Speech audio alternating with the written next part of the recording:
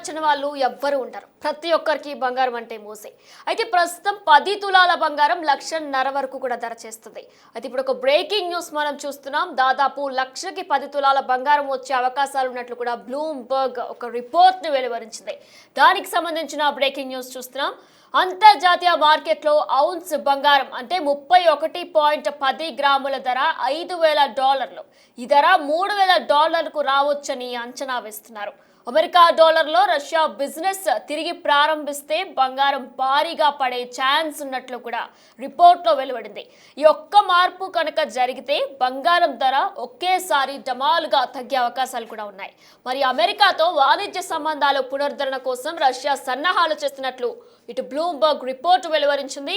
Russia స్టేట్మెంట్లతో America డాలర్కు ఊపందుకున్నట్లు కూడా కనిపిస్తుంది.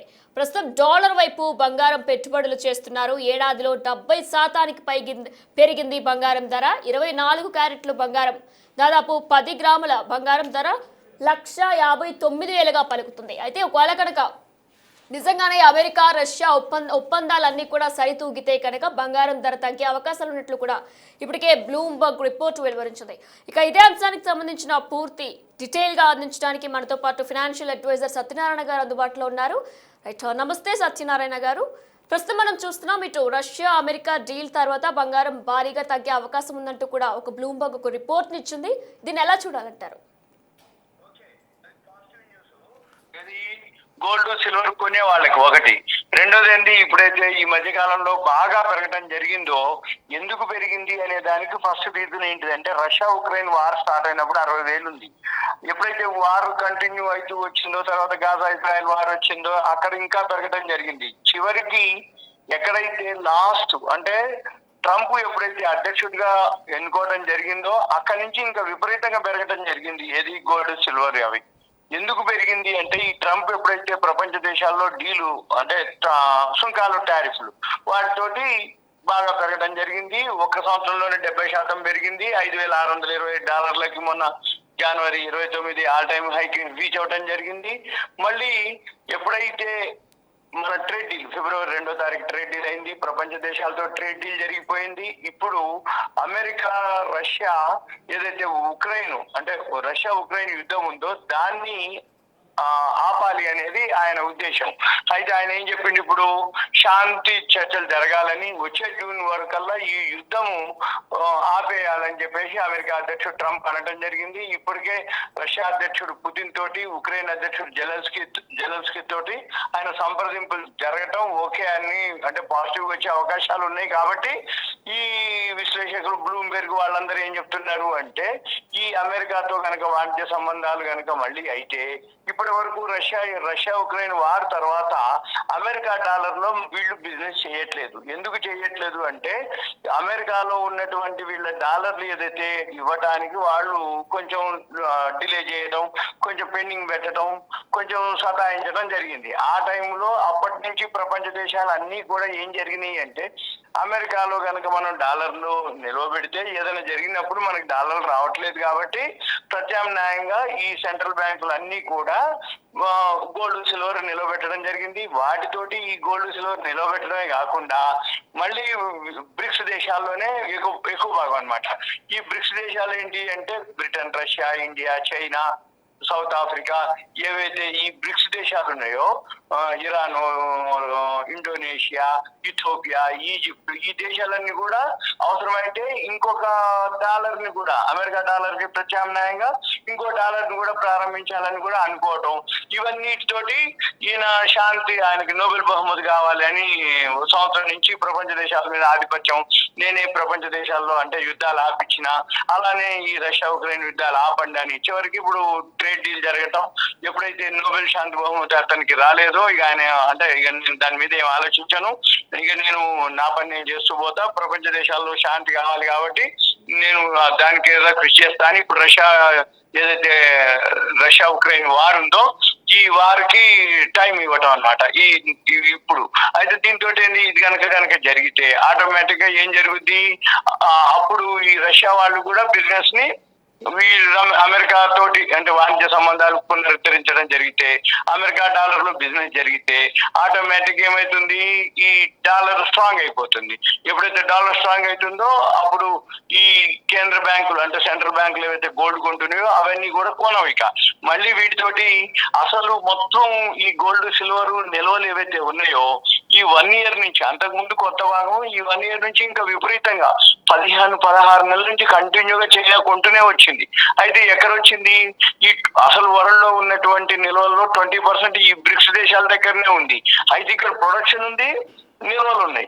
ఇప్పుడు ప్రొడక్షన్ తగ్గట్టుగా నిల్వలు ఉన్నా కానీ వీళ్ళు ఏం చేస్తున్నారు, వీళ్ళు అమ్మకాలు తగ్గించారు. అమ్మకాలు ఎప్పుడైతే తగ్గించారో ఆటోమేటిక్ ధరలు పెరగడానికి దోహదపడింది.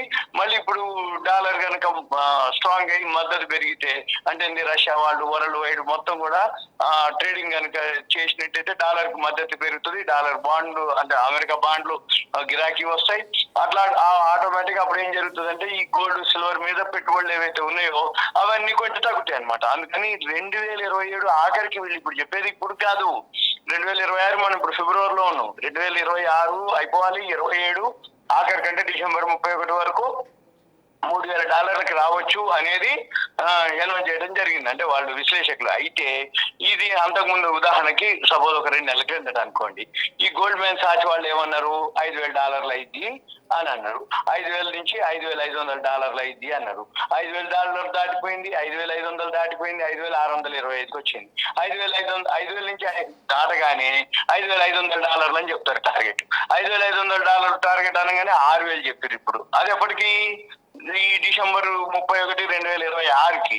కానీ మళ్ళీ ఇప్పుడు ఏం చెప్తారు, ఇవన్నీ కనుక జరిగితే అక్కడ ఒక క్వశ్చన్ మార్క్ ఉంటుంది. అక్కడ ఏం జరిగితే ఏదైతే రష్యా వాళ్ళు ఈ ఉక్రెయిన్ యుద్ధం ఆగాలి, రెండవది రష్యా వాళ్ళు బిజినెస్ ఏదైతే ఉందో అమెరికా డాలర్లు చేయాలి. అప్పుడే ప్రపంచ దేశంలో ఏదైతే ఆధిపత్యం రెండు ఉన్నాయి, అమెరికా రష్యా, వాళ్ళు మిత్రత్వం అవుతారు, వాళ్ళు సఖ్యతో ఉంటారు. అప్పుడు బిజినెస్ ఏదైతే జరుగుతుందో ప్రపంచవ్యాప్తంగా ఏదైతే సుంకాలు టారిఫ్లు ఉన్నాయి అవన్నీ అయిపోయినాయి. ఇప్పుడు ఇంకేం లేవు. ఇక ఏమన్నా ఒకటి అరా ఉన్నాయి కానీ అవి చిన్నవి, నెగ్లిజిబుల్ అనమాట. ఏది చిన్న చిన్న దేశాలు, ఇరాన్ అని, నైజీరియా అని, గ్రీన్లాండ్ అని అవన్నీ ఏవైతుంటే కొన్ని అవి ఇబ్బంది కాదు అది. కానీ మెయిన్ ఏదైతే ఉందో మంది ఓకే పాజిటివ్ అయిపోయింది. ఇంకా ఏవైతే చైనా ఉందో ఒకటి అర ఏవో ఉన్నాయి కానీ అవి కూడా పెద్ద నెగ్లిజిబుల్ అనమాట. అంటే 1 year నుంచి 1 year ఇప్పుడు 2 months అని ప్లస్.